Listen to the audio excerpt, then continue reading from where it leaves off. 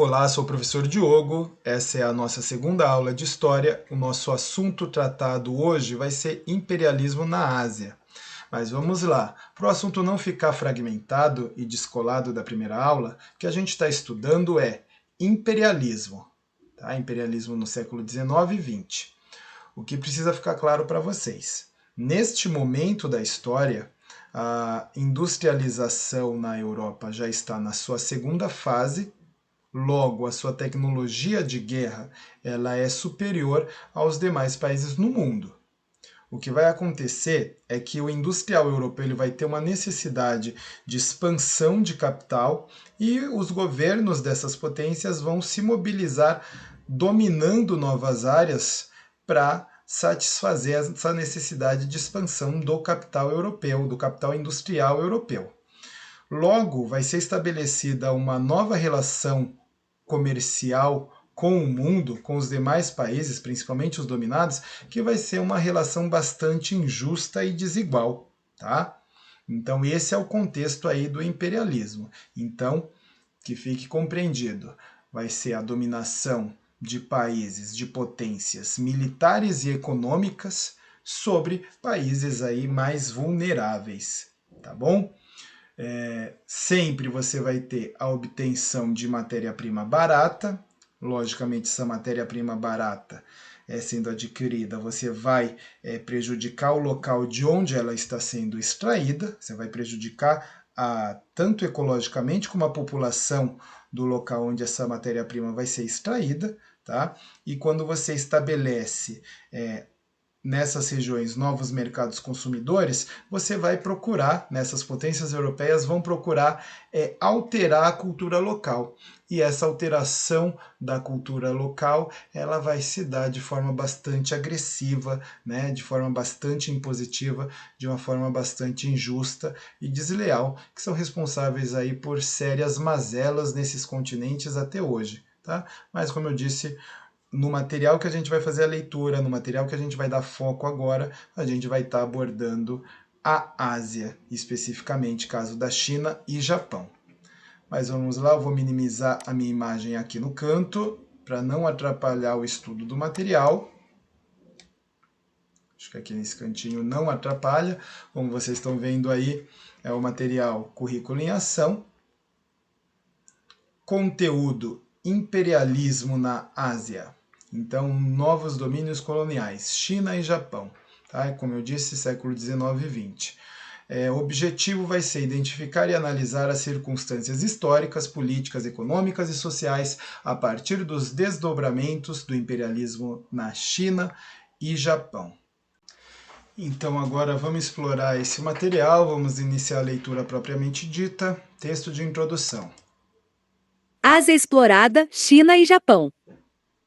Há séculos era intensa a presença estrangeira na China. Em 1517, os portugueses chegaram a Macau. Depois vieram os holandeses e os espanhóis, que comercializavam com os chineses a partir das Filipinas. No século XVIII, o comércio da China com o Ocidente cresceu bastante, em especial pela presença da Companhia das Índias Orientais Inglesa, que dominava as trocas comerciais com a cidade de Cantão e mais 3 portos ao sul. Ref. Bom, então aqui percebam, tá? Século XVI, a gente tem uma relação que ela é de troca comercial, tá? Então não existe uma relação necessariamente de dominação. Você tinha o contato entre povos da Europa, tá? Comerciantes da Europa, que buscavam na China produtos ali do interesse dentro ali da Europa.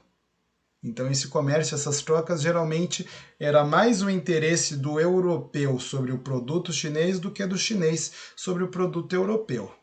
Tá? Vamos para a sequência aqui da leitura do material em foco. Mas foi no decorrer do século XIX que os chineses tiveram as suas fronteiras invadidas por diversos países, em especial europeus. Não tiveram possibilidade de resistir ao maior poderio bélico dos estrangeiros, que muitas vezes uniam forças militares para manter as conquistas. Os imperadores chineses viam os estrangeiros com desprezo. Embaixadores ingleses, por exemplo, foram expulsos de Pequim, Beijing, em 1816, por se recusarem a aceitar o protocolo do governo chinês, que obrigava qualquer pessoa a inclinar-se diante do imperador até que sua testa tocasse o chão. Bom, mas o foco aqui, ó, gente, século XIX, tá? Então, a gente já usa o termo invasão, né? Fronteiras são invadidas pelos europeus e aqui, ó, a gente tem um destaque para alianças militares. Isso é preciso ficar claro. Então é um momento aí onde no século XIX, como eu citei lá no início, a tecnologia militar ela já está na segunda fase da Revolução Industrial. Então o europeu ele tem essa superioridade e é o século onde ele vai para invasão, para dominação, né, principalmente militar, dominação bélica. Antes disso, não. Como vocês viram no texto anterior, você tinha uma relação comercial. Neste momento, a gente não tem mais uma relação comercial, a gente tem uma relação comercial que ela é, na verdade, impositiva, tá? Ela é uma dominação. Vamos para a sequência aqui do texto, colocar novamente no leitor. O avanço do imperialismo na China no século XIX é destacado pela influência da Companhia das Índias Orientais Inglesas sobre o comércio do chá. O desequilíbrio no intercâmbio anglo-chinês é evidenciado, com os chineses não demonstrando interesse nos produtos ocidentais, mas sendo consumidores de ópio, ilegalmente comercializado pela Companhia das Índias Orientais Inglesa. A proibição do ópio pelo governo chinês resultou na Primeira Guerra do Ópio, de 1839 a 1842, levando à assinatura do Tratado de Nanquim, que concedeu territórios e abriu portos ao comércio estrangeiro. Um segundo conflito, a Segunda Guerra do Ópio, 1858, resultou em novos tratados humilhantes para a China, legalizando o consumo do ópio e garantindo acesso livre por parte das potências europeias ao mercado chinês. Bom, então vamos lá. O texto ali ele está enxugando bastante a questão do ópio, né? E parece que era um mero produto. O chinês ele não tem interesse por nada além do ópio. Então vamos entender melhor isso aí. Então vamos lá. No século XIX, ainda no século XIX, o chinês ele continua sem ter grandes interesses por mercadorias do Ocidente, por mercadorias da Europa. Mas o europeu tinha muito interesse, principalmente nos produtos chineses, seja porcelana, seja seda, né? Então materiais de extrema qualidade. Logo, essa relação comercial ela era mais benéfica, se você for ver, à China, né? O que vai acontecer aqui, então, é o comércio do ópio. Então, o ópio, uma droga extremamente viciante, né? Hoje, você tem aí como derivação disso a heroína, né? Mas nesse contexto aí você tem o ópio produzido da papoula e esse produto ele vai ser utilizado de uma forma não casual, mas ele vai ser utilizado propositalmente pelos ingleses para, de certa forma, prejudicar a população chinesa, os militares chineses, desestruturar a China e facilitar essa dominação.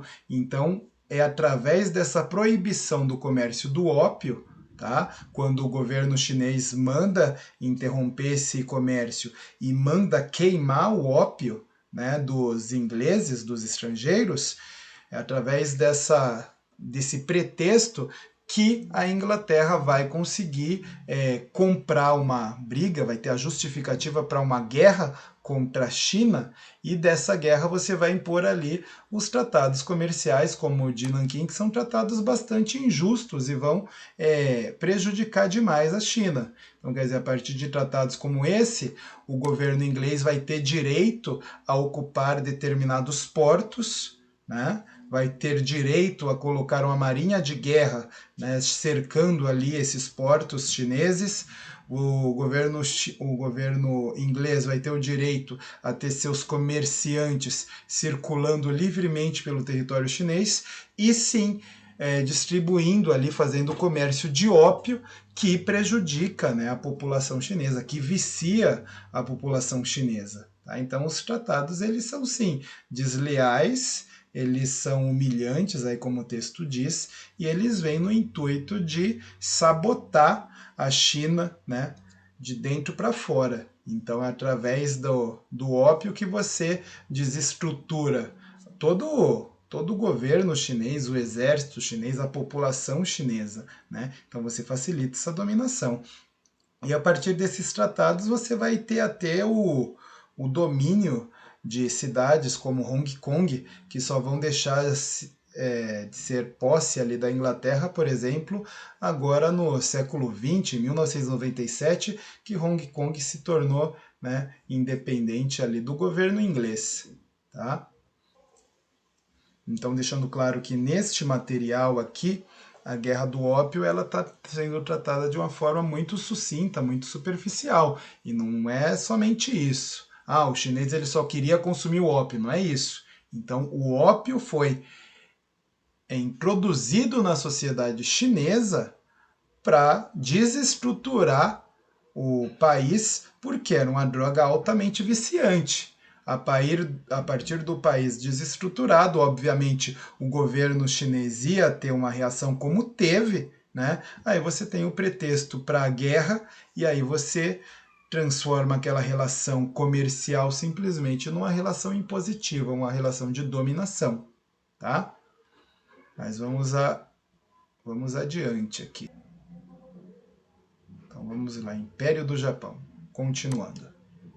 O Império do Japão. A história do expansionismo japonês começou no século XVI, quando o reino conseguiu se livrar da tutela chinesa e avançou sobre territórios próximos, controlando regiões importantes para as rotas comerciais do Oriente. Os japoneses conquistaram a ilha de Hokkaido, antiga Iezo, ao norte, e o reino das Ilhas Ryukyu, no extremo sul, e dirigiram, assim, seus esforços para dominar a Coreia. Essa experiência foi importante para que o Japão, de região cobiçada pelos europeus, passasse a ser um dos países imperialistas no século XIX. Ok, então percebam, aqui está fazendo a introdução lá no século XVI, explicando que o Japão deixa de ser aí um país tutelado sob influência da China e ele passa a independência e dominação de territórios ao redor. Tá? Então cita aqui a questão da dominação da Coreia. Então o Japão passa a ser também um país imperialista. Mas vamos continuar agora com um texto referente ao século XX. Como várias regiões do Oriente, o Japão foi alvo do interesse de europeus e estadunidenses no século XIX. Era governado pelos chefes militares da família Tokugawa, detentores do poder desde o século XVII, no regime conhecido como Shogunato Tokugawa. Eram grandes senhores rurais que sujeitavam os camponeses à servidão, razão pela qual vários historiadores costumam chamar esse período de feudalismo Tokugawa. Havia ainda um imperador e uma corte imperial, mas quem governava mesmo eram os generais, os shoguns. Na década de 1840, o rei holandês Guilherme o solicitou ao shogun que abrisse o comércio do país aos ocidentais. A solicitação foi em vão. Foram os estadunidenses, interessados em barrar a influência britânica na Ásia, que conseguiram mudar essa posição. Bom, então aqui vocês observam já século XIX, tem esse contato, essa influência aí com os europeus ainda, então você mantém uma relação de troca, mas aí você tem principalmente uma estrutura no Japão que ela é baseada na servidão. O texto relaciona ali a mesma relação que você tinha na Europa no período feudal. Tá? Então, os generais, eles dominavam a população, então eles tinham ali eram senhores, né? Uma relação de servidão, quer dizer, uma relação de senhoria e vassalagem, tá? E você tinha o imperador, mas no final das contas, quem mandavam ali eram os generais mesmo, os shoguns. Como foi citado no texto, os Estados Unidos ele vai ter uma influência, ele vai procurar uma influência maior sobre o território japonês para dar uma quebra nessa possível dominação britânica de toda a Ásia. Em 1854, sob ameaça de bombardear sua capital, Tóquio, estabeleceram com os japoneses um acordo de cooperação para reabastecimento de navios, auxílio aos náufragos e aceitação de um cônsul estadunidense em seu território. 2 anos depois, o acordo foi ampliado. permitindo a residência e o culto religioso de estadunidenses em 6 portos do país. Outros países europeus conseguiram acordos semelhantes, principalmente a Inglaterra, que superava os Estados Unidos em volume de mercadorias vendidas ao Japão. Ameaça de bombardeio da capital. Então, século XIX, como eu falei, a desproporção aí da tecnologia de guerra do europeu quanto ao restante do mundo.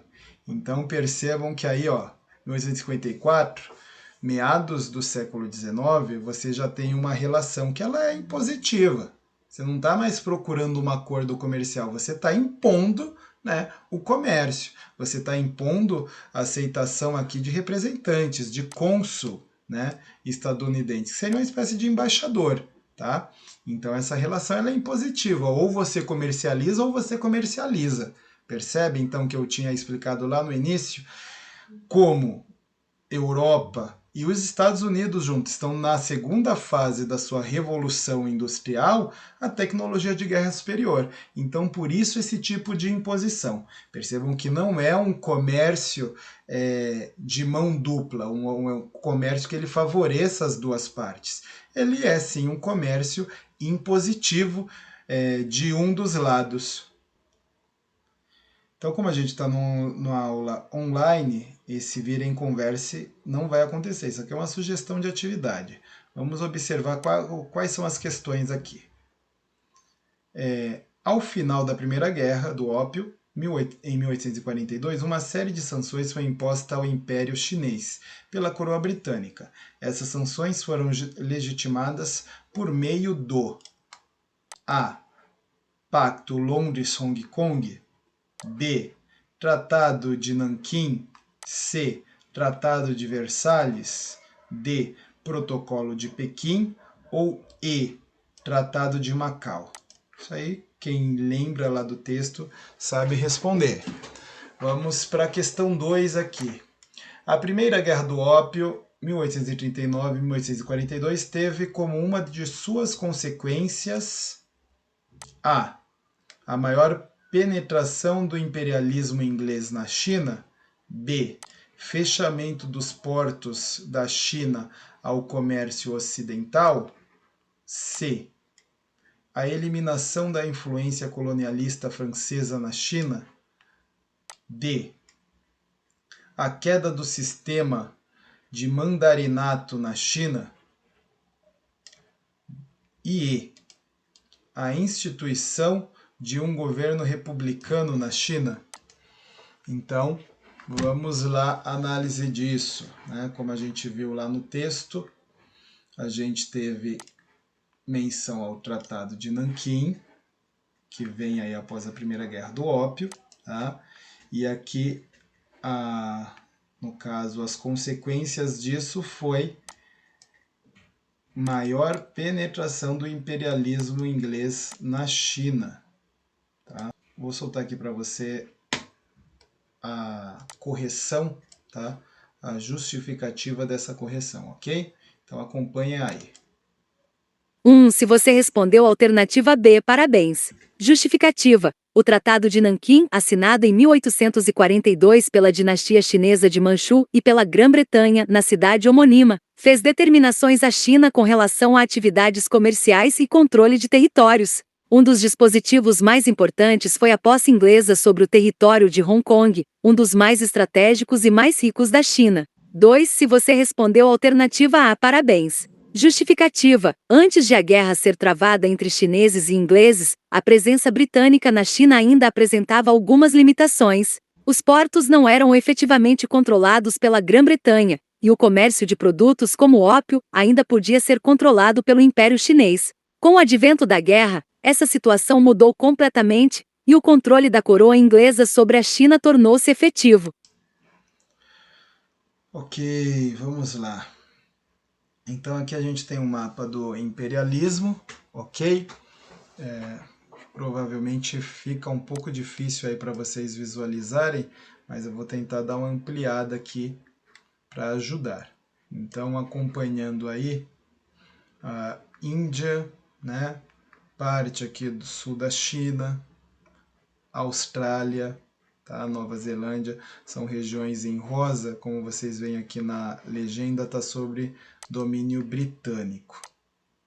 Outra região aqui de destaque, que a gente pode ver ali em vermelhinho, é o domínio japonês. Então você tem aqui domínio, por exemplo, da Coreia, tá?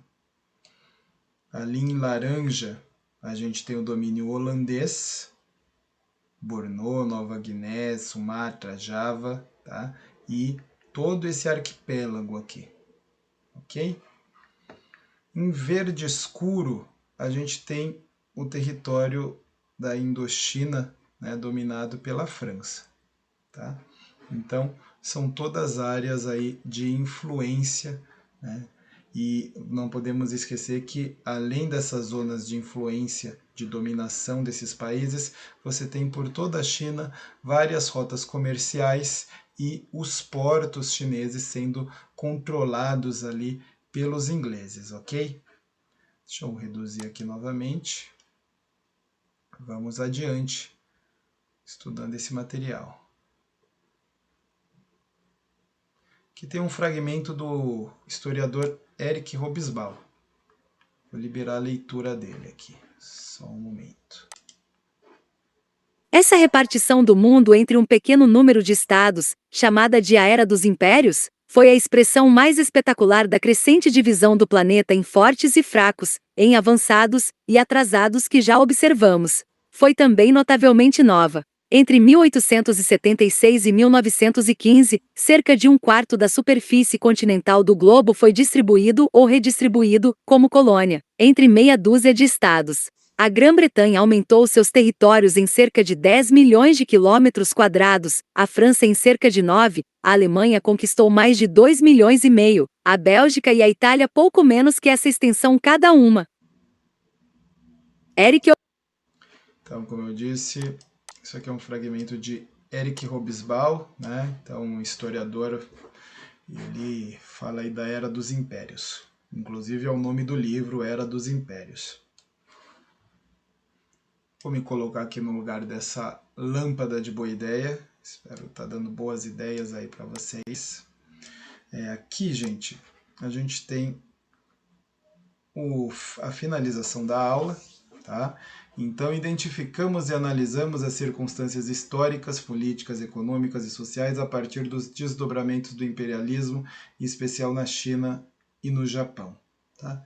Então, a gente viu aí aquela relação que ela era de uma troca comercial um pouco mais justa lá no século XVI, ela passa a ser uma relação bastante injusta, mas bastante desigual quando você tem as potências europeias dentro do século XIX, já na sua segunda fase da Revolução Industrial, tá? Então é isso que precisa ficar claro referente ao imperialismo nesse momento, tá? Essa fase também a gente pode chamar de neocolonialismo, né? Neocolonialismo porque, diferente daquele colonialismo lá do século XV e XVI, você não está simplesmente colonizando uma área, muitas vezes somente com o intuito ali de extrair matérias-primas, ou em alguns locais de colocar a sua população, mas você está agora colonizando, né, no intuito de extrair essas mesmas matérias-primas de uma forma barata, mas também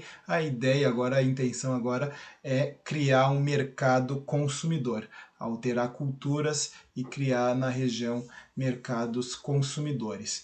E tudo isso a partir, neste momento, de uma tecnologia de guerra bastante avançada, né? Uma tecnologia de guerra que é bastante opressiva aí ao dominado. Bom, por hoje essa aula está finalizada. Vejo vocês na próxima. Até mais!